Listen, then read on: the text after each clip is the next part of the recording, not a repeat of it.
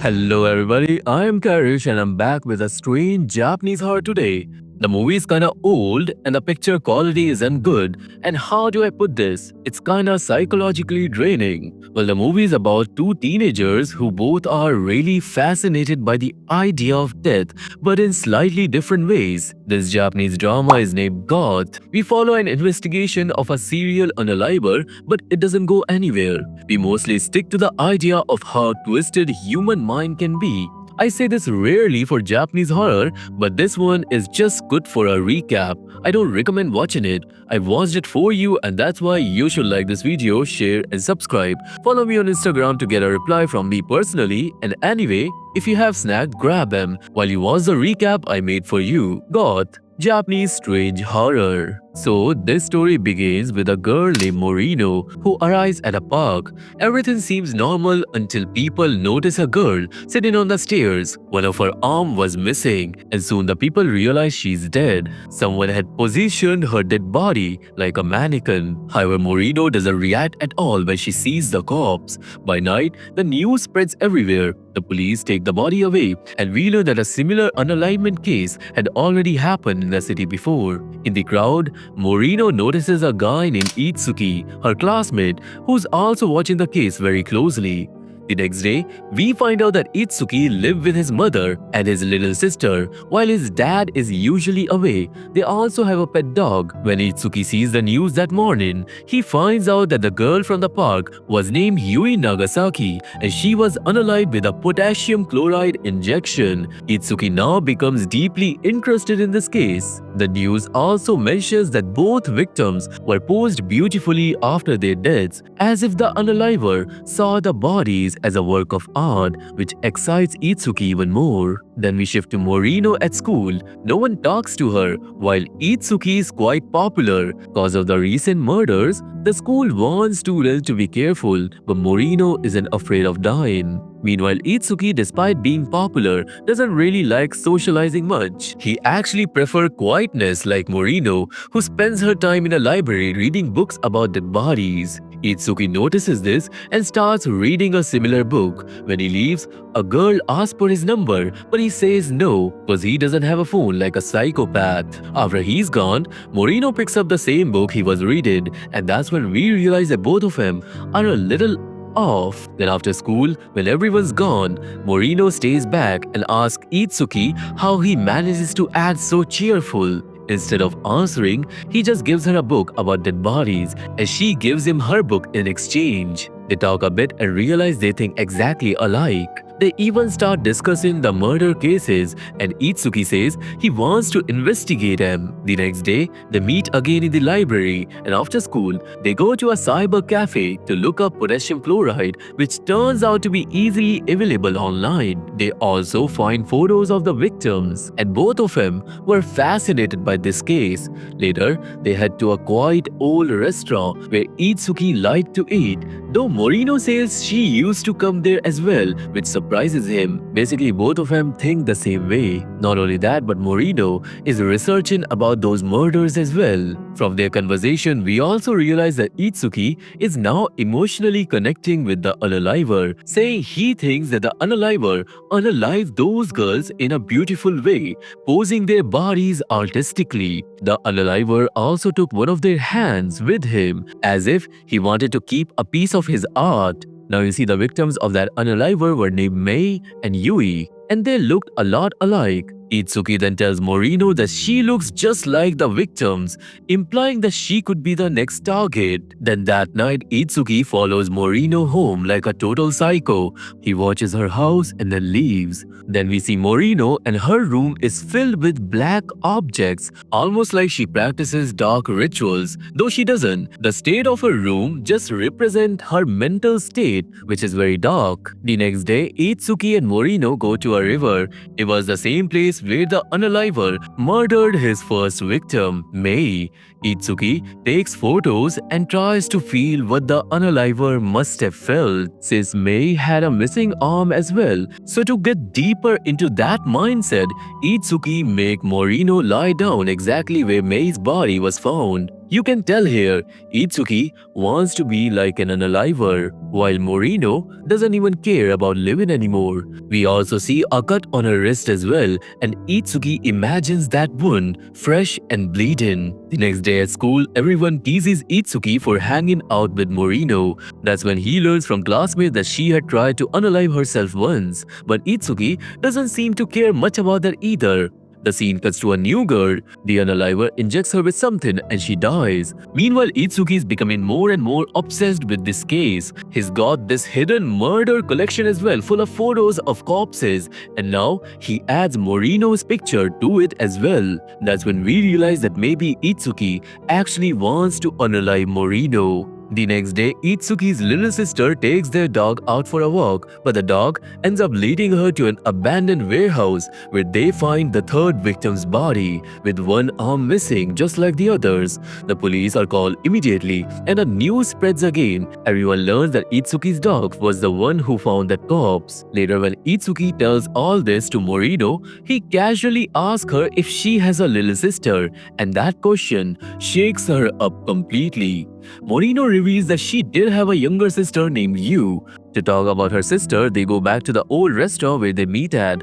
There, Morino tells him that when they were kids, she and Myuu used to play a game called Hang-In. In that game, they use two ropes, one around the neck and one around the body, and then they jump off a stool, make it look like they were dead. But one day, you played that game alone and she actually died. After this story, we find out that Itsuki have bought a phone so they can stay in touch while investigating the murders. And after this, when Morino goes home, she finds a diary outside the restaurant. She takes the diary home without realizing whose it is. When she opens it later, it was filled with strange sketches and details about the murdered girls. That's when we realize she has found the diary of the unaliver. The next day, Morino shows the diary to Itsuki. The diary describes every detail of how the unaliver murdered each victim, which Itsuki finds disturbingly fascinating. There's also an entry about another girl named Nazumi, who the unaliver supposedly displayed at Mount Kubinashi, meaning there's a fourth body and no one knows about it. Itsuki and Morino immediately head to Mount Kubinashi, and following the diary's direction, when they arrive there, they find Nazumi's body sitting on a couch, holding a book, posed beautifully like a doll.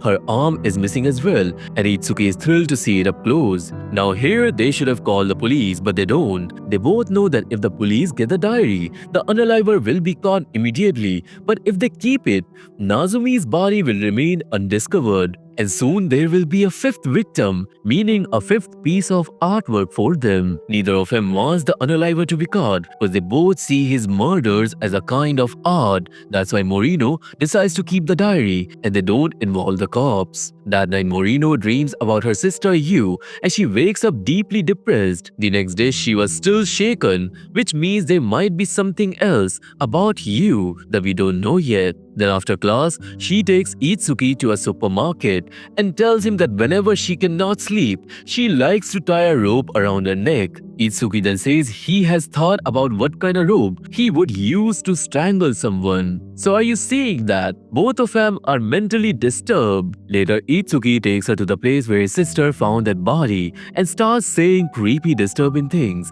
making Morino think that he might actually unalive her. But a cop suddenly shows up and chases them away.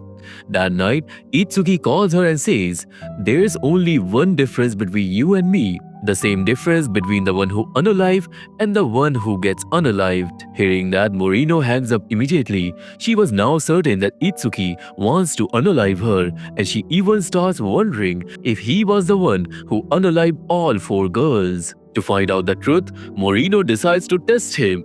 She dresses up beautifully, buys new clothes, and meets Itsuki at the old restaurant. All the guys there cannot take their eyes off her, but Itsuki noticed something. She was dressed exactly like Nazumi, one of the victims. Morino wants Itsuki to confess that he's the unaliver. She acts like his girlfriend, and as evening falls, Itsuki tells her that if she keeps walking around looking that beautiful, the unaliver might target her. But Morino doesn't seem scared at all. Itsuki replies, "You like playing dangerous game, just like the unaliver." Cause you see, she has been playing dangerous games since childhood, and then he leaves. Later that night, as Morino walks home, she gets a call from an unknown number. When she picks up, the voice on the other end says, "I know who you are." And obviously, it's the Unaliver. After hearing that, Morino panics and runs away. The next day, she gets a letter in the mail. It contains the news of her little sister's death. Reading that terrifies her, and her heart nearly stops when she realizes that the Unaliver already knows her home address. Since she already suspects Itsuki was the Unaliver, she confronts him the next day. Itsuki denies calling her, but Morino tells him to stay away from her and goes home. While walking back, a car pulls up beside her, and without hesitation, Morino gets in, meaning she clearly knows the driver. The next day, Morino doesn't show up at school, and Itsuki starts getting worried. He sets out to find her, thinking the Unaliver must have already murdered her. He spends the whole day traveling to the locations mentioned in the diary, checking old buildings one by one, but Morino is nowhere to be found. Exhausted, he finally sits down, and when his sweat drips onto the diary, he suddenly remembers something from a few days ago.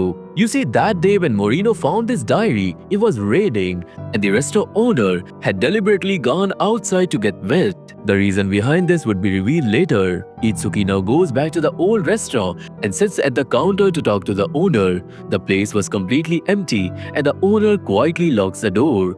Itsuki stays calm and starts talking, but now it was obvious the owner is the Unaliver.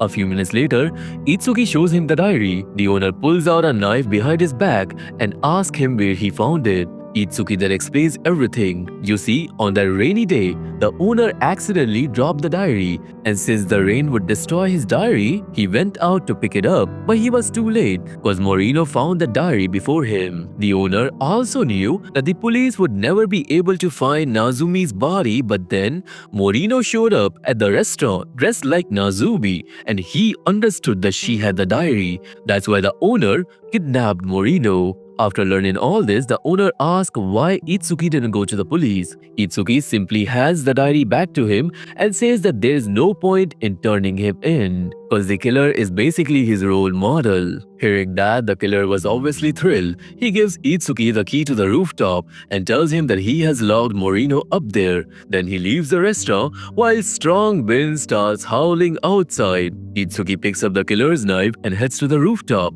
As he walks, he imagines everything the Unaliver must have felt. On the walls, he finds photos of all those victims. Then when Itsuki reaches the rooftop, he finds the Unaliver's workshop, and Morino was lying there unconscious. He looks through all the tools, visualize how each unalivement must have taken place. In the freezer, he even finds the victim's severed hands. After seeing everything, he sits next to Morino, thinking about unaliving her, but in the end, he just ties a red rope gently around her neck. The next day, Itsuki shows up at school, but Morino doesn't.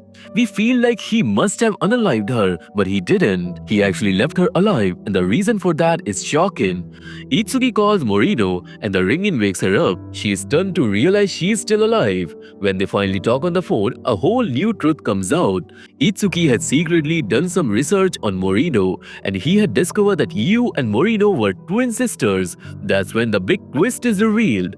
Morino is actually Yu. Back when they were kids, it wasn't Yu who died, it was Morino. Yu had tried to save her, but in her final moments, Morino yelled at her, telling her sister that she's pathetic and she can't even save her properly. Hearing that, Yu let her die. Now since everyone loved Morino more than Yu, that's why after her sister's death, Yu took Morino's identity. No one ever noticed the switch because they were identical twins. Yu lived with that guilt her whole life, quietly suffocating under the weight of it. That's why she often thinks about unaliving herself. Itsuki had uncovered her secret, and that's why he didn't unalive her. And with that revelation, the movie comes to an end. So this was the recap video on the movie Goth, and this movie gets a 3.5 out of 10 from my side.